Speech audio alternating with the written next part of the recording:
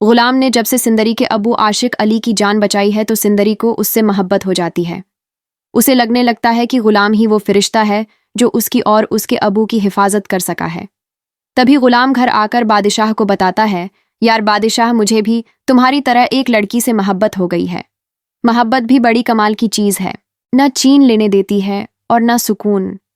یہ بات سن کر بادشاہ بہت خوش ہوتا ہے، لیکن اسے ذرا بھی خبر نہیں ہوتی کہ غلام جس لڑکی کی بات کر رہا ہے وہ اس کی اپنی سندری ہے۔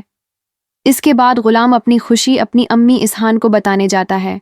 امی کو سب بتاتا ہے تو وہ پرانی حقیقت بتا دیتی ہیں۔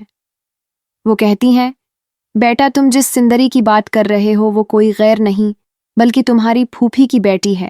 یہ سن کر غلام حیران رہ جاتا ہے۔ وہ سندری کو بلا کر ساری حقیقت بتاتا ہے اور کہتا ہے، تمہیں پتہ ہے تمہاری امی نے زبردستی تمہارے ابو سے طلاق کے پیپرز پر سائن کروائے تھے اور تمہاری امی کو بولا تھا کہ وہ تمہیں چھوڑ کر جا چکا ہے۔ ابھی تک تمہاری امی اس بات کو کھل کر بیان نہیں کر پائی ہیں۔ حقیقت جاننے کے بعد سندری کے تو ہوش اڑ جاتے ہیں۔ اسے یقین نہیں آتا کہ اس کے ساتھ اتنا بڑا دھوکہ ہوا ہے۔ روتے ہوئے وہ اپنے ابو عاشق علی کو یہ سب بتاتی ہے۔ عاشق علی شرمندہ ہو کر کہتے ہیں، بیٹا، مجھے معاف کر دو۔ میں اس وقت مجبور تھا جہاں دار نے مجھے مجبور کیا تھا، ورنہ میں ایسا کبھی نہیں کرتا۔ دوسری طرف بادشاہ کا جنون سندری کے لیے بڑھتا ہی جا رہا ہے۔ بادشاہ سندری کے نئے گھر کا پتہ لگوا لیتا ہے اور اگلے دن اسی نیت سے اس کے گھر پہنچتا ہے۔ سندری جب دروازہ کھولتی ہے تو بادشاہ کو اپنے سامنے دیکھ کر حیران رہ جاتی ہے۔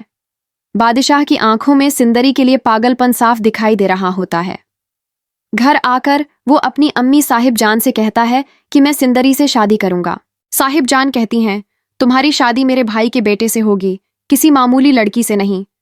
جس کے بعد بادشاہ کی ضد کے آگے وہ مجبور ہو جاتی ہیں اور ان کے گھر رشتہ لے کر پہنچتی ہیں، لیکن یہاں سندری سب کی بولتی بند کر دیتی ہے۔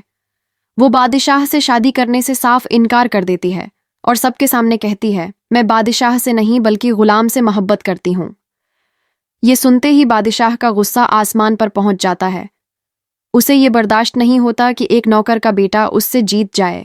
اگلے دن عاشق علی غلام کو بلاتے ہیں اور کہتے ہیں، بیٹا، میری بیٹی سے شادی کر لو، یہ بادشاہ بہت خطرناک انسان ہے، ہماری جان نہیں چھوڑے گا۔ اگر تم سندری کا ہاتھ تھام لوگے تو وہ محفوظ ہو جائے گی۔ غلام اور سندری کے نکاح کا دن آ رہا ہوتا ہے، لیکن بادشاہ کو یہ خبر مل جاتی ہے۔ غصے میں وہ کہتا ہے، اس نے میرے ساتھ غداری کی ہے، میری محبت سے شادی کر رہا ہے، میں یہ شادی نہیں ہونے دوں گا۔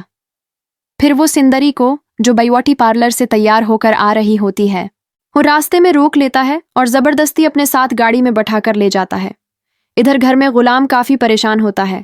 جب سندری کافی دیر تک نہیں آتی تو وہ سمجھ جاتا ہے کہ اس کے پیچھے بادشاہ کا ہی ہاتھ ہے۔ وہ سیدھا بادشاہ کی حویلی پہنچتا ہے۔ غصے میں بادشاہ کا گریبان پکڑ لیتا ہے اور دھاڑ کر کہتا ہے،